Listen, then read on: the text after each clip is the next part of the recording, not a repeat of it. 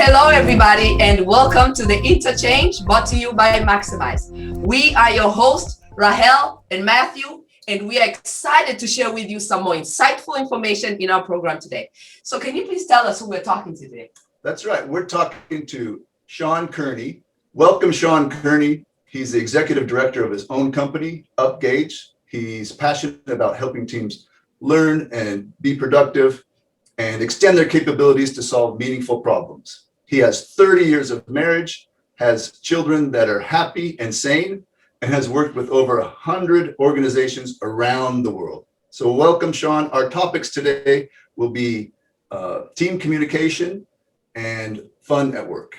Welcome, Sean. Thank you very much. I'm so excited to be with you. So thank you for inviting me. You're Awesome. welcome. Well, immediately I have a question. You say your kids are sane. How in the world did you do that? Because we have 5 and there's no sanity here. Oh, okay. Well, I think your kids, I'm sure, are fantastic. I'd love to meet them at some point. That'd be awesome. And so the reason my kids are sane is because of my wife. That's good. Well, what's the secret? Well, I think she really, we wanted to have kids and she wanted to be a stay-at-home mom. And we figured out a way to make that happen. And it really made a difference. It was something she was super passionate about. And she followed them through into school. I don't want to make it sound like hovering, but she was very actively engaged in what they did. I think we also grew up at a time, I don't know if this is true for you, but certainly for people my age or a lot of the people I know, grew up at a time where maybe your parents were a bit more distant, especially fathers. Lots of problems with alcohol that were all around that just seemed normal at the time when I was growing up. So when I got older, I decided, I don't want to do that. I want to make a break with the past. I appreciate the upbringing that I had. I had great parents. And at the same time, I think it's our responsibility as children to always try to do a little bit better than our parents. And then hopefully have some wisdom as we get older so that we can have our children chart their own path with some support and hopefully challenge us too. That's awesome. That's amazing. I'm taking mental notes. No, I agree with that. I think, my dad and I, we tried to get close with each other. It's been kind of difficult. It's only in the last few years that we've gotten close. And so I'm like, I don't want to wait that long with my children. I want to be close with them now. And so I do share stuff about my past, like crazy stuff that I did, but I think it's brought us closer together. It's made them feel maybe more trust and more like, well, he's okay to share what crazy stuff he did. I can share what crazy stuff I did. And when they do that, I'm not going to fly off the handle or freak out. I just be there for them. So I could, because they're, we have age 3 up to age 18, but the 18-year-old, she's 18. I can't tell her what to do anymore, but I can at least hopefully be there when she needs my help. Yeah, I love that. I love the idea too of kind of thinking about your own fears and how you kind of work through them and making it easier for other people to do that, whether those are your children or your friends or people that you work with. So I grew up, for example, where there were people I just revered, anybody who was famous, for example, I just thought they lived on a different planet, that there was no way in the world that I could ever talk to people who have accomplished that level of success. And I was exposed to them because my father was a professional baseball player for a very short period of time, never actually made it to the game, to the show, because he had an injury that stopped him right as his career started. But we spent a lot of time around baseball, and that helped. And then as I got older and started learning all these other things, where I started to realize, well, people are people. If you listen to them instead of trying to impress them, sometimes they will tell you things, and sometimes they'll actually help you too. So true. So true. No, that's true. And so in terms of team communication, you work a lot with teams. You want to help teams, learn and perform better and solve those meaningful problems, like you mentioned. So just tell us about that. How do you do that? What are your experiences, your thoughts around team communication? Sure. Yeah, I'm happy to. Since we're talking about childhood, I think that's where it started for me. I grew up in a very team environment, especially around baseball, which I still love to this day. I love all kinds of team sports. I think the other thing, though, was I recognized somehow when I was a kid that my goals were all big goals, bigger than me, bigger than what I could personally do by myself. Certainly not just for me. The idea of most of the standard goal setting that I've been through, and that many cases I even taught about, what do you want for yourself? It's like, I don't really want as much for myself as I want just for my friends and my community and the world and my family, because that stuff, like, okay, making money is great. What are you going to do with it? I mean, so if I'm going to be, well known, what am I going to do with that? So I'm hopefully trying to do some good for other people. And I just recognize that if I'm going to get any of this stuff done, I need to be able to get other people to help me, people like you two, so you're doing great work. And my hope is at some point we could do some things together. I'm looking out for you in terms of, people that I meet, who might be a good introduction. And I do that all the time. And I think I've had other people do that for me too, which I really appreciate. But I think, I worked in the professional and personal development business for a long time. I started my career in my 20s with Tony Robbins. I did training for Tony. I did seminars. I was, a pretty lucky guy. Not many people get those kinds of opportunities. And that was great. I learned a lot. But when the seminar was over, I was like, where'd everybody go? Like, I don't know if I could see it. Are they using this stuff? And where are they running into problems? And are they actually helping each other? Are they just trying to go it alone? So that whole idea of, personal development and self-help to me is a little too much personal and a little too much self. And I think that's fine. I mean, I think there's definitely some real great value in doing that. But if you really want to make a difference, you have to do it as part of a team. And that's what I've been doing for most of my life and my career, for sure. No, that's great. And at the beginning, you talked about growing up around sports and that. And I myself, I played a lot of team sports growing up: soccer, basketball, baseball, football.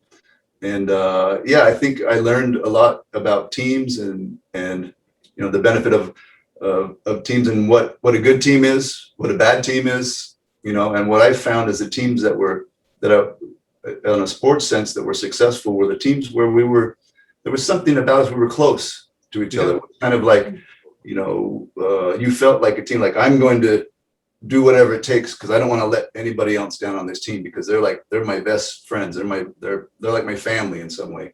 In other teams, you just felt disconnected. You didn't feel like you had that camaraderie. So I think that's. And with you two and all your kids, you almost have enough for a baseball team, just you. Yeah, You definitely do. Keep going.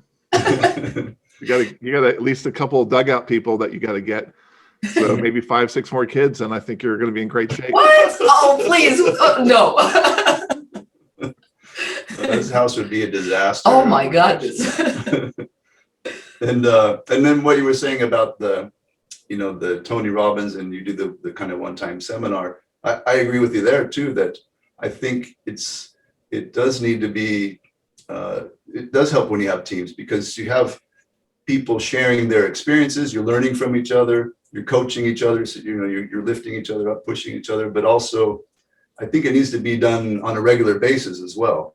If you take a class just once a year or twice a year, you're not going to see much improvement, I don't think. It's like going to the gym. If I went to the gym twice a year, I'd probably still have this big belly, but if I went every day or once a week, I might lose a few pounds here or there. Yeah, and I know, given the background, the work that the two of you do in learning and development, and the as we were talking about before we started the interview, about your commitment to helping the community and connecting with them, learning from them, supporting them, I think that's amazing. That's a team type of spirit for sure. I think the other thing I've learned is, as being someone who was a learning and development leader in companies for a long time, was that one of the things that really transformed my career, if it's okay to give a little story. Sure. Okay. So I'll after I left working with Tony Robbins, I really wanted to do something where I could work with people long term, and I could build a relationship. I could see what was working. I could learn from them, all those kinds of things. So I started with a telecom company back in the 90s, and my first real corporate job. And when I got it, I started talking to the supervisors and other people, and they're like, well, we like you, Sean. You seem like a nice guy, and we hope you don't get fired. And I'm like, That's a weird thing to say. Like, What kind of preface is Yeah. that? and they're like, oh yeah, all the other trainers have been fired. I'm like, oh yeah, I forgot to ask about if this is a new job or if this is a replacement. Mhm. And when I dug in and just asked, okay, why were they Mhm. fired?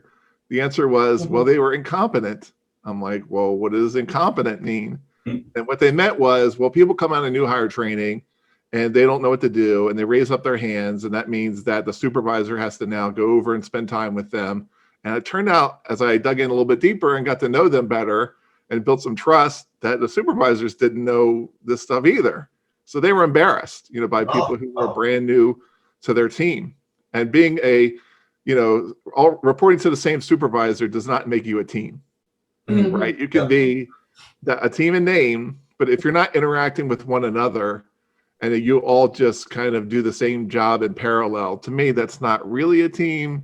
I know some people may disagree. So what happened was I had about 3 weeks to prepare to do my first new hire training with no manuals, no materials. There was nothing there. And I didn't know how to do this job either.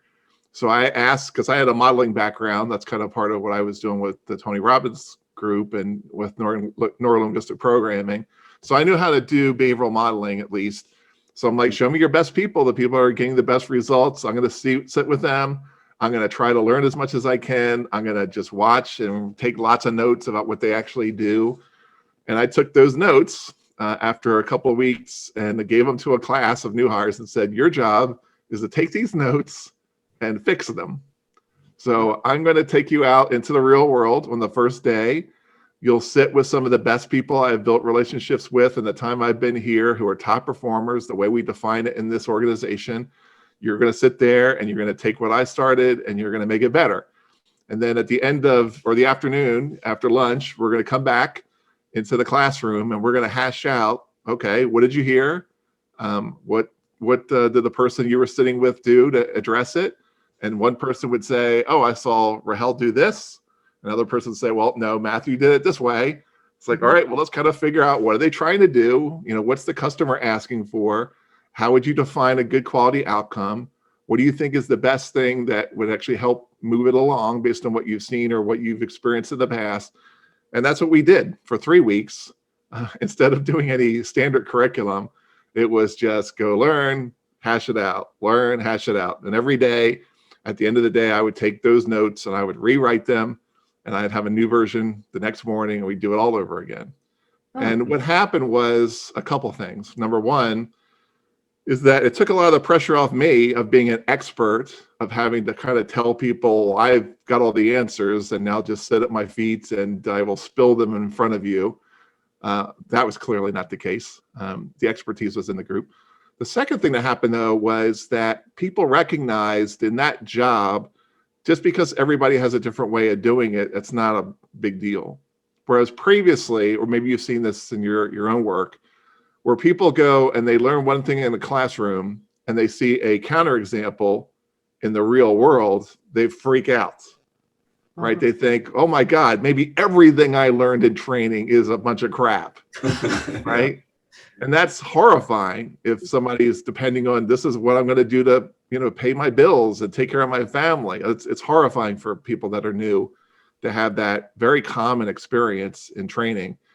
But people knew, yeah, of course they have a different way of doing it. That's what we've been seeing for the last 3 weeks. Everybody's got their own way. So that doesn't freak us out at all. If somebody leans against me and says, hey, don't do it that way, it's wrong. They're like, look, I know there's lots of different ways to do this. Right. The second thing was giving that manual that the new hires wrote. They owned it. Of course, they made it happen. I gave it to the supervisors and said, okay, here's how you coach. When somebody sits down on your team and they raise up their hand, they're going to raise it because they want some validation in some cases from you, right? You're the boss. So you be there and give it to them. Second is that they ask you a question, how do I do this? Your answer is, where is it in your manual? And they say, it's on page 35. It's like, okay, that's what you do. And if they say, is that right? You say, is that what it says? Yeah. Like, okay, that's what you do.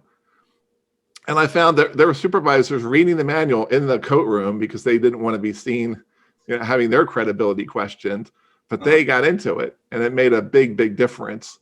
And we later called that discovery learning, which was, hey, you don't have to, be in a hierarchical relationship with a trainer.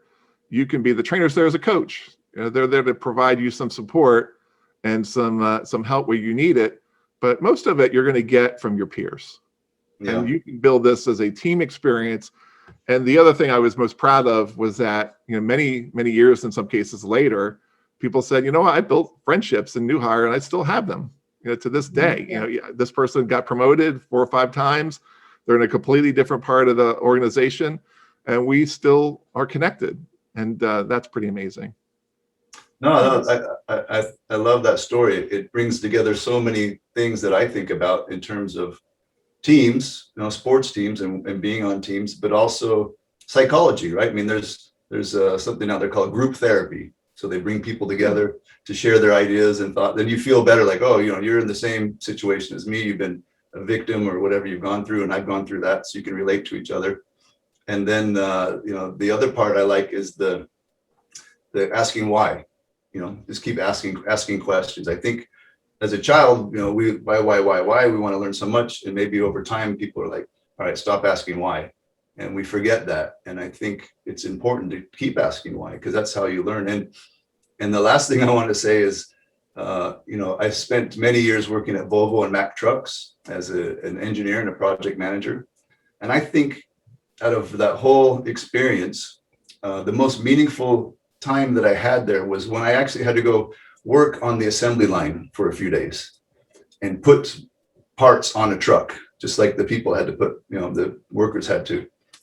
And I learned so much from that experience, more than anything else. So going and watching someone else do their job and even doing their job is where you gain so much insight and learning. And now you get some empathy too, because I've actually been in your shoes. So it helps people understand each other better. Mm-hmm. And just to add to that as well, it's how you mentioned, the strength in learning from others. You're always thinking, I have a solution. This is the way to do it. Since I did it and it worked, this is the way to do it. But your way of doing it is not the only way. And I like the way you said that, because you learn much more when you realize there's this way and that way and that way, and all of them can bring you something. So you can kind of now start piecing things together differently, maybe come up with faster ways, so not the typical learning of, oh, this person know it all, just ask them, oh, they will teach us everything. I'm just going to sit down and wait for them to tell me. It is that going out there and finding it out, figure it out by yourself, because figuring it out by yourself is very strong. Like, I feel like you learn so much when you figure it out by yourself. So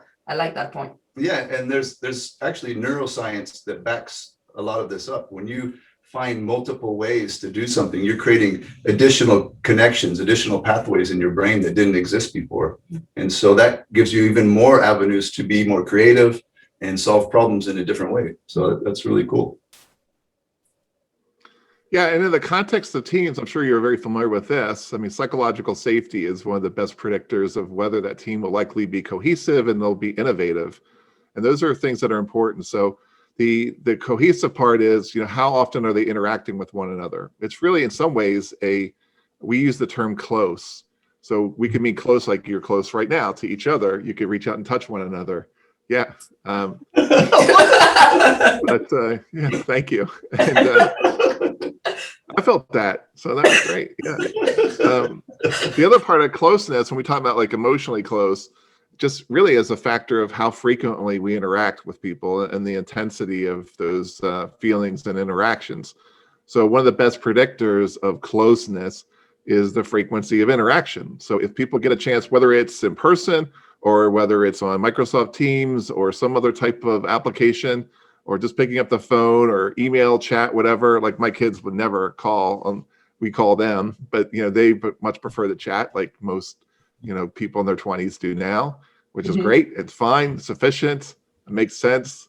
And at the same time, it's that frequency that leads to that. So if you've got that, plus you've got the diversity of relationships where it's not just everybody only talking to one another. It's some people go out and they're a little bit more extroverted than others and talk to a lot of people. Other people might be a little bit more introverted, like I said, or like you said, you are, right? Which is, I might only talk to a couple people, but I bet you they're very intense, meaningful conversations.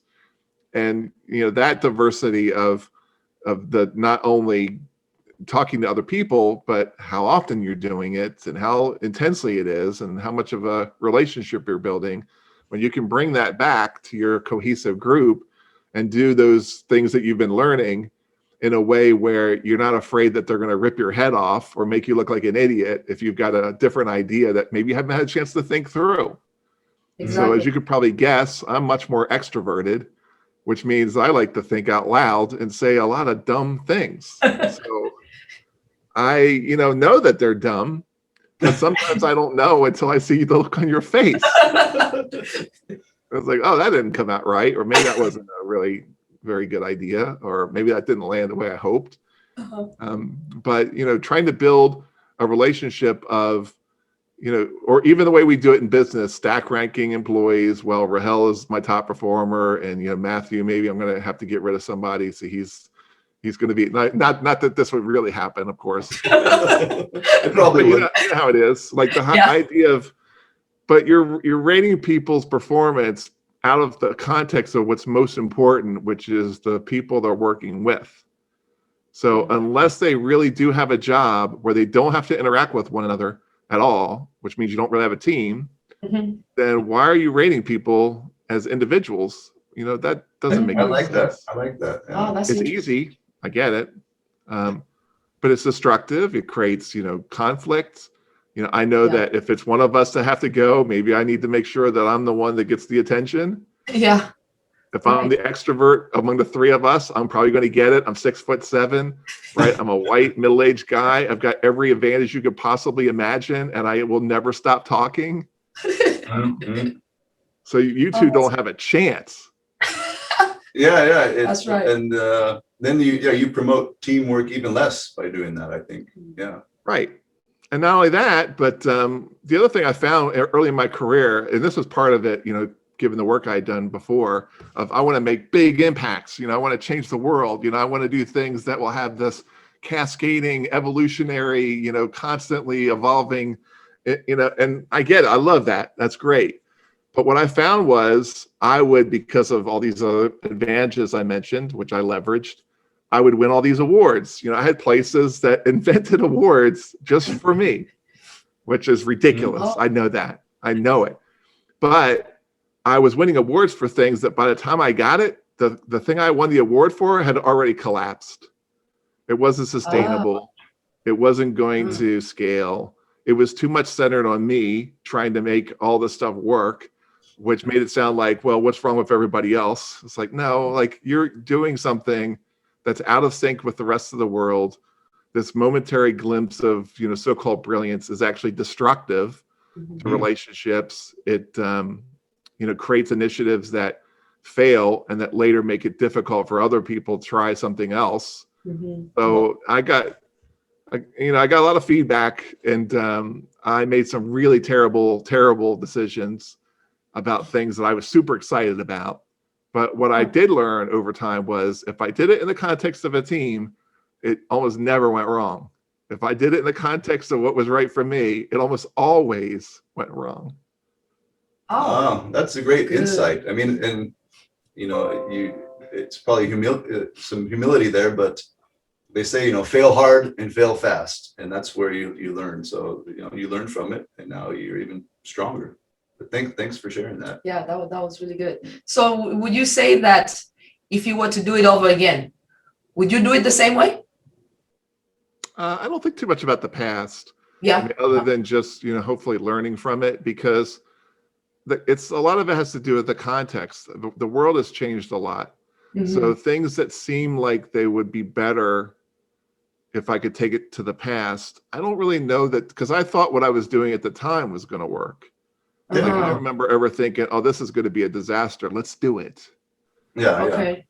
Even if it turned out that way later, I think it's, at least for me, my focus is on the future and how do I create a new sense of possibility for whoever I'm working with so that we can do things. And I think the other thing is about building a sense of trust with people where you've got that mutual relationship, but you can really do some crazy things. And if you can do some crazy things and kind of be okay, sometimes you can do some really great things. Yeah, for sure. So I'm going to switch on you. We're going to do some on fun. We're going to talk about fun at work, fun and games. Yeah. And kind of switch the subject a little for the last few minutes. Sure. So when you hear the term, having fun at work or playing games at work, what comes into your mind? I think of Maximyz. Good answer. I think that's one of the things that, when we first met, why we hit it off, because we have that same passion for the power of game and fun. And I've done a lot of game development. I've built games that are used by universities. I built a game that was designed for a maritime museum. I've done games in terms of work with the military and other groups. And I think, in every single one of those cases, it's been so great. I'm not a great game developer at all, but I'm super passionate and interested. And I like to promote other people who are very good at it. But I think having that kind of game mechanics way of thinking, which I've been doing since I was a kid, I always made games even when I was little.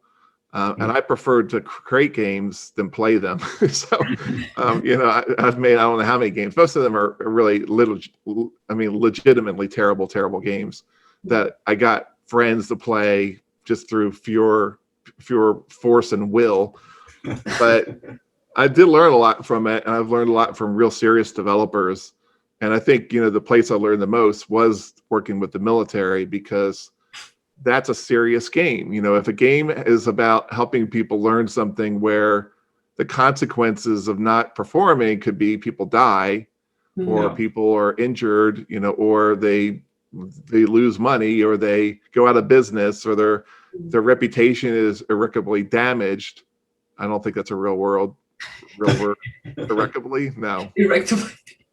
I like, we should make it a word. No, the proper one. I'm not good at Scrabble, as you can tell.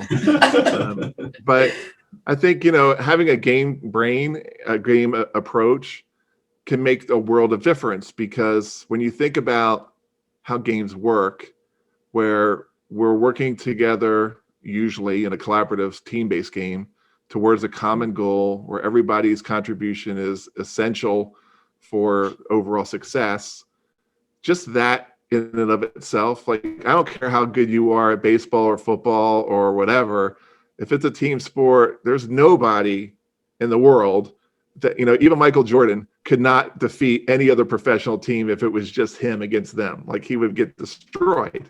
That's why he's who he is, not just because of him, but because of the people he was playing with, Scottie Pippen, with, his, everybody else that was around him, Dennis Rodman, etc. That's what made him who he is. But we put the attention on number 23, right, which is great. But outside the context of that, same thing. It still comes back to teams. So I'm sorry. Yeah, for sure. No, I agree. I mean, I think even like, look at NFL, Super Bowl champions like Tom Brady. I mean, if Tom Brady didn't have an offensive line that could stop the defense from tackling him, he would not be Tom Brady. He would be in the hospital somewhere probably. So, yeah, I think it's the discrepancy in pay between those two positions is so wide. I just feel like it's really unfair, because it's a team. Why I think everybody should all get paid the same, or at least somewhere on the same level. But that's interesting. And so you talked about, you've created all these games. Is there a particular game that you thought was pretty cool that you created that you could tell us a little bit more about? Yeah, sure. So I've incorporated game elements into a lot of trainings that I've created so I don't think anybody would ever look at what we were doing as if we were playing a game. I think I do have maybe an irrational reaction, a negative one, to playing games in training. So whenever I would go see people playing Jenga or whatever to build teams, or ropes courses or whatever, I know people get value from that. But I always think there's a better way to do this. And fortunately, someone who I've probably upset maybe forever, another trainer that I worked with, I asked her, why are you playing this game instead of, what you're supposed to be doing? And her answer was, well, because this stuff is boring and they need a break so they can do something fun. I'm like, why don't you make the work fun?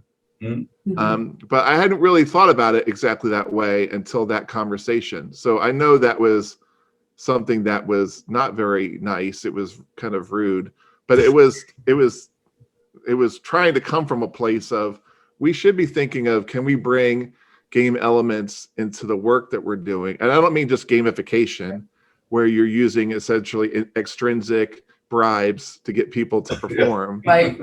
I was really talking about, how do you make it so that people, number one, they know what they're supposed to be doing? Like what I discussed in the earlier example. You're trying in this particular call to achieve this outcome. Let's get clear about that.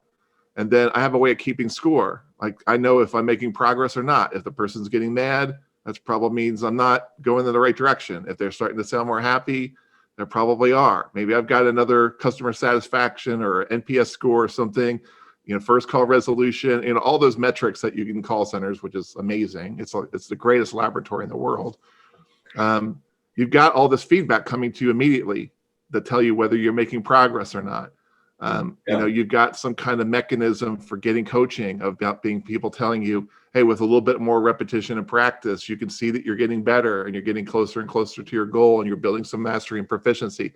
All the things that we get from games that often we don't get in everyday life. Yeah. So I think the games that I've been most proud of look like simulations. Can you explain what simulation? Say, oh, he's doing a simulation. Simulation. But it's really a game. And I got that stuff. I didn't come up with it at all. I got it from people like Will Wright, who created Sims and, Spore and a whole variety of other games. One of my kind of heroes, Jane McGonigal, if you're familiar with her work of, how do I take games seriously and start making this, what we get from games more accessible to other areas of the world. And lots of other, great people that I had a chance to work with. So I know that's a super long answer and it wasn't a direct one, but I appreciate you listening. Anyway. No, it's still interesting to listen to. And it's interesting. It sparked something in my mind. My mother, when I was little, she would always try to make any kind of boring chore or work into a game. And it made a huge difference, like picking weeds, that would be a game. Hey, how many weeds can we pick in the next 15 minutes? Or even when she taught me how to drive a car, she turned that into a game. She said, well, see how often, you can drive without applying your brakes. Can you drive the whole way without ever putting on your brakes? Just keep that distance the whole time. And it sticks in my head today, to this date. So I think it's cool. And games, you're right. They are, if you make them a simulation, you're practicing what you're going to do in real life, but it's a little more fun. It's more engaging, and it's more, you kind of let your guard down around your teammates as well. Mm-hmm. It's not so serious. Yeah. What's interesting is that when we are kids, we spend a lot of time playing. And when we play, that is when we learned. When we were young and playing, that's when we learned. Why does it seem to stop when we get older? We don't play, but we want to learn. Why do we make the learning boring? Why not go back to the basic where it's natural? You play around and you learn.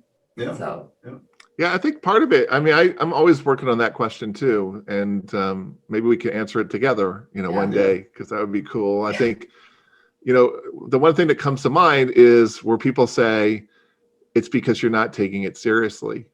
And what they mean is the thing that we're asking you to do has serious consequences, like we mentioned a moment ago. Mm-hmm. And that doesn't mean the best way to learn it is in an environment where those consequences are likely to happen, right? The whole idea of a simulation or a game is I can go into SimCity and I could make all kinds of changes that potentially will be disastrous, but it's just a game. It's not that big a deal, but it has enough relationship to the real world. That's where the simulation part comes in, that I can learn from it. So hopefully I understand systems are complex and that changes that are here can have a butterfly effect on other things completely unanticipated, that maybe I should be a little bit more, less aggressive in some of the things that I do. Like all those things could be taught. I could stand up and put a list on a board and say, this are the things you should do. But if you get a chance to explore it yourself, recognize there is a parallel to these decisions and what happens in the real world and the existing consequences, that maybe I'll be smarter and I can learn something and again, a more psychologically safe environment where a game or a simulation can do that, and on-the-job training might not. Yeah, I mean, if we learn from our mistakes, then don't you want to create an environment where you can make a lot of mistakes that aren't fatal or aren't serious, right? And so that's another advantage I see as well. And I wanted to ask, while you mentioned that, just recently I made a post on LinkedIn, and it said I had met someone about 3 years ago, and I was telling them about fun and at work, and they said, no, we don't play games. At work, we work. We don't play games. And I could never forget. I mean, it stuck in my head like, what?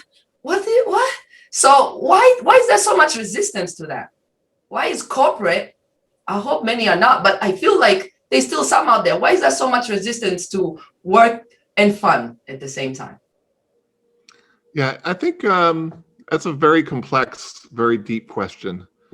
And my short answer, and I'm always working on this and talking to other people about it too, is that on some level, it's very easy for people like us who are more, privileged to have a creative type of environment we can work in, and creative colleagues who can support us.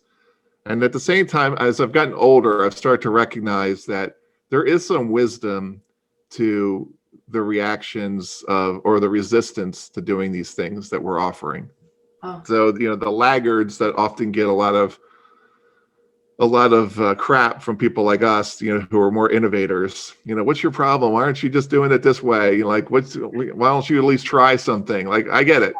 But I've also seen that in some cases, it's not just because they don't care or they think they just, want to do it the old way. It's because they don't see that what we're offering them is giving them a new sense of possibility. And that's really us, right? That's our responsibility, is to figure out how to do it. And I think on some level, if you really boil it down and ask me, like, what's the number one thing that you're working on all the time? It would be, what I'm working on is trying to help people go from I can't to maybe we can. Like, if I can get that little bit of movement, a whole new world opens up. And that maybe we can means that, maybe I will try it. Maybe it actually will make a difference for me. And that I have some agency instead of compliance of somebody else essentially shaming me because I'm a laggard or whatever. Because the truth is, even in the most innovative environments, the so-called innovators, maybe we're in that category to some degree, we're not innovative about everything. Like, I don't try a lot of new food. I don't go, to, do movies or whatever that are completely outside of what I'm comfortable with. Like, most of what I do is pretty much the same. Yeah. It's only a few things. And so everybody else could say, well, Sean, you're not very innovative in this area or that area, that area. It's like, well, that's true. Like 99% of my life, I'm not innovative at all. It's just this little thing. And I give everybody else grief about it. It's like, Oh, that's interesting. I get it. So maybe some compassion, helps, and just ask.